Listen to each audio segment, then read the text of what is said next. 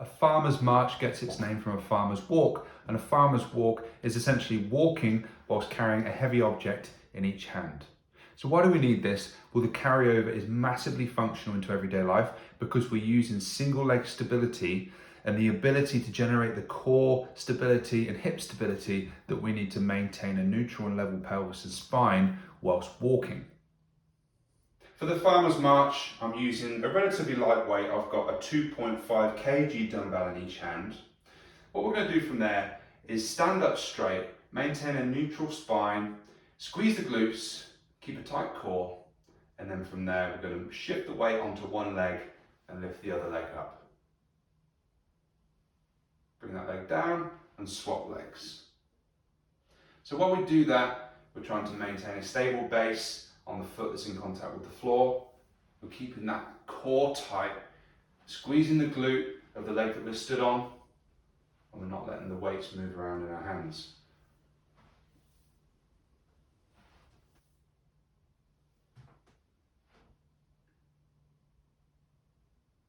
The aim for this movement is spinal loading. So we're beginning to add more weight to the structures of the spine, so the intervertebral discs, the facet joints, and teaching the muscles that support those to get stronger and stable as we shift the weight onto one leg.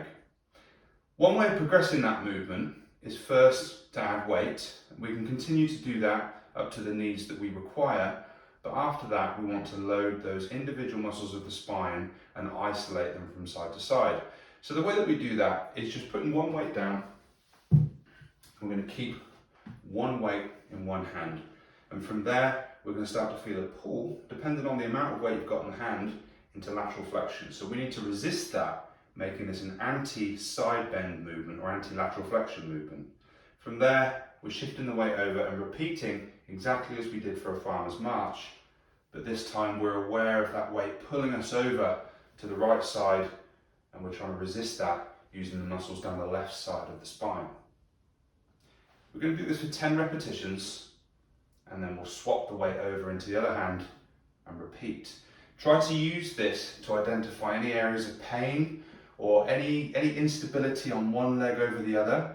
And if that's the case, when you move on to that leg, I want you to think about really squeezing the glute and really keeping a tight core, neutral spine, stabilize those core muscles, see if you can get that pain to decrease, and try and build strength through that part of the movement that you're weaker in.